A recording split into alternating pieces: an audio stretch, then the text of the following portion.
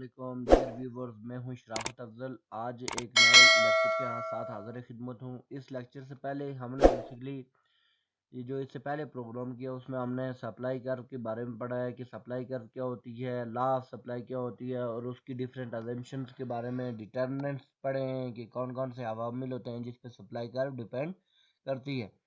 आज हम पढ़ेंगे exceptions to law of supply के कौन कौन से ऐसे लॉ ऑफ सप्लाई में कौन कौन सी ऐसी चीज़ें हैं जो इस पे वैलिड नहीं होती, इस पे इनका इतलाक नहीं होता। एक्सेप्शन का मतलब है इतलाक नहीं होता। Exception of law of supply. Supply of labour, if we take the supply of labor at very high wages we may find that the supply of labor has decreased instead of increased। तो ये labour जो है एक ऐसी चीज़ है कि इसके ऊपर अगर हाई वेजेस जितनी भी रखी जाएं तो लेबर की सप्लाई डिक्रीज करेगी ना कि इंक्रीज, क्योंकि लेबर एक लिमिटेड क्वांटिटी में होता है और ये नहीं होता कि ये मैन मेड चीज़ होती है। तो इसलिए इसकी सप्लाई जो होती है वो जितनी हम वेजेस हायर करेंगे और एक टाइम आएगा इसकी सप्लाई जो है वो कम्प्लीटली एंड हो जाएगी।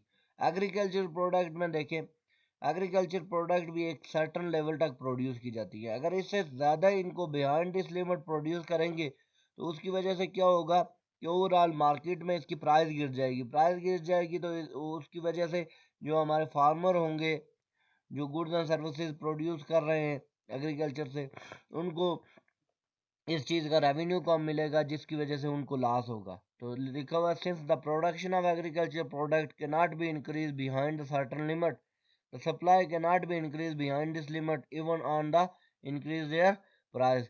जब इनकी इंक्रीज भी प्राइस कर लें तब भी ये बिहाइंड द लिमिट हम इसको सप्लाई नहीं कर सकते हैं। उसके बाद देखें एक्सेप्शंस ऑफ लॉ सप्लाई में हमारे पास आता है aesthetic goods. Supply aesthetic good के नॉट बी इंक्रीज और डिक्रीज, यानी ऐसी गुड्स जो एस्थेटिक का मतलब वो गुड्स होती हैं जो हमारे पास से जिनको एक ख़ास लिमिट में प्रोड्यूस किया जा सकता है, उससे ज़्यादा या ना इनकी सप्लाई को इंक्रीज किया जा सकता है या ना decrease.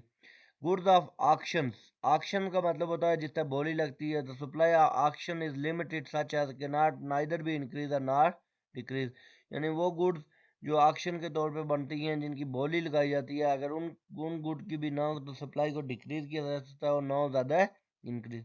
Hope of change in the price of commodity in near future, if price of commodity is on rise pace then the supply of such a commodity decrease as producer and seller will like to store this commodity and vice versa।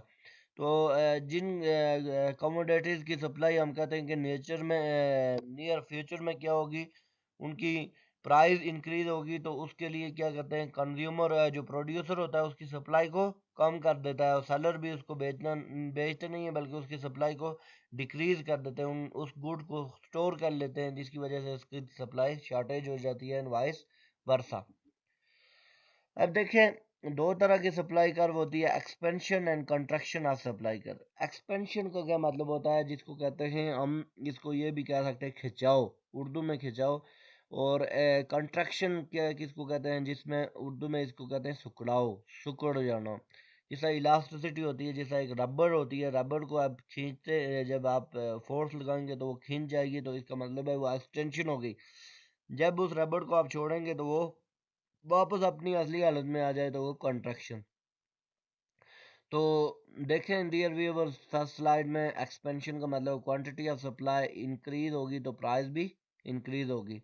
तो upward movement along the supply curve, एक ही supply curve के ऊपर जो upward movement होगी या downward होगी due to price, कोई x good है उसकी प्राइस और उसी की कमोडिटी, जब इसके दरमियान में हम इनका रिलेशनशिप चेक करेंगे तो इसको कहते हैं एक्सपेंशन ऑफ सप्लाई कर्व।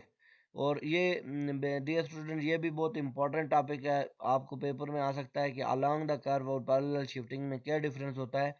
तो dear student along the curve में ये डिफरेंट होता है मूवमेंट अलोंग द कर्व। एक ही कर्व के अलोंग मूवमेंट उस वक्त होती है जब उसी गुड की प्राइस और उसी गुड की क्वांटिटी को हम इसका रिलेशनशिप चेक करते हैं और other things are remain constant. बाकी जितनी भी चीज़ें हैं, किसी और गुड की प्राइस होगी, टेक्नोलॉजी होगी, गवर्नमेंट इंटरवेंशन होगी, उन सारी चीज़ों को क्या करते हैं हम कांस्टेंट रख देते हैं। हम सिर्फ उस गुड की प्राइस और उसी गुड की क्वांटिटी का जब रिलेशनशिप चेक करते हैं तो उससे हमारी सप्लाई कर्व ड्राइव होती है, और सप्लाई कर्व हमेशा अलोंग द कर्व शिफ्टिंग होती है।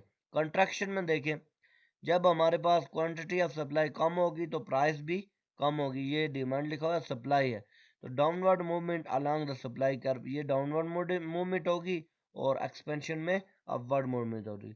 अब हम इसको हमने इसको देख लिया, अब इसकी डायग्राम को चेक करते हैं। ये देखें डायग्राम के अंदर, देखें पहले हमारे पास अगर इक्विलिब्रियम पी पी है, और उसी दौरान अगर उसी लाइन को खींच के ले आए तो क्वांटिटी क्यू है।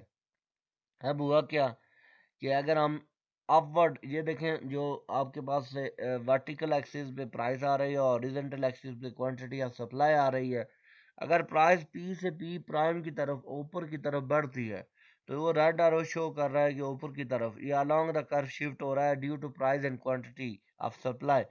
प्राइस पी प्राइम हो गई तो क्वांटिटी हमारे पास एन हो गई, तो एन क्वांटिटी और P prime price from P से पी प्राइम तक जो सप्लाई कर्व है उसको कहते हैं extension of supply curve.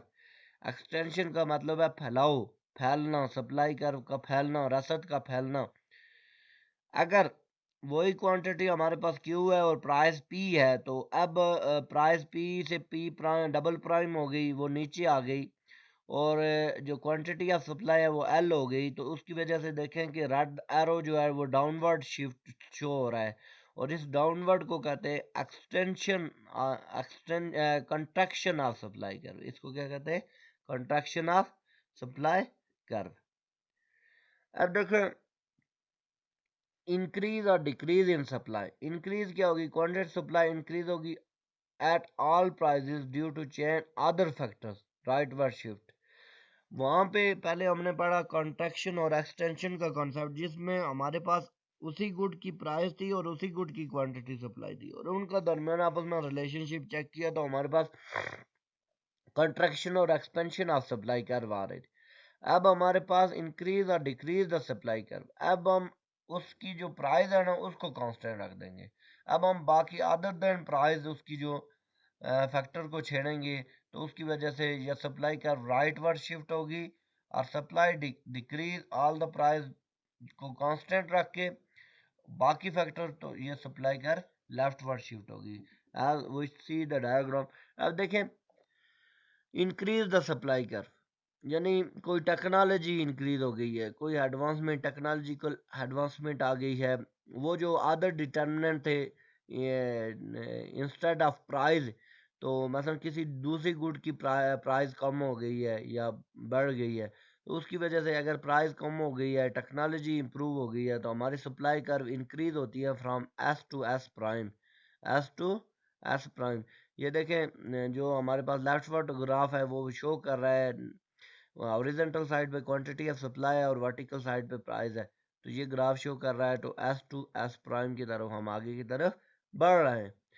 Second graph जो राइट वर्ड हमारा ग्राफ है quantity of supply and price, ये शो कर रहा है कि डिक्रीज इन सप्लाई, हमारी सप्लाई डिक्रीज हो रही है ड्यू टू क्या हो सकता है, टेक्नोलॉजी एडवांसमेंट में कमी आ जाए, या फिर प्राइस ऑफ अदर गुड जो है वो बढ़ जाए, उसकी सप्लाई बढ़ जाए, तो उसकी वजह से ये सप्लाई, इस गुड की सप्लाई कम हो जाएगी। या और अदर देन बाकी भी काफ़ी फैक्टर्स हैं अदर देन ऑन प्राइस, सिर्फ इसकी प्राइस को छोड़ के बाकी जितने भी फैक्टर इफेक्ट करेंगे उससे की वजह से सप्लाई कर या राइट वर्ड शिफ्ट होगी या लेफ्ट वर्ड शिफ्ट होगी, इसको या अपवर्ड होगी या डाउनवर्ड होगी, तो इसको हम increase the decrease the supply कर कहते हैं।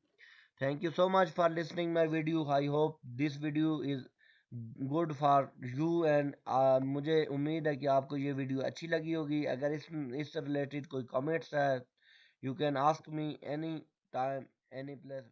Thank you.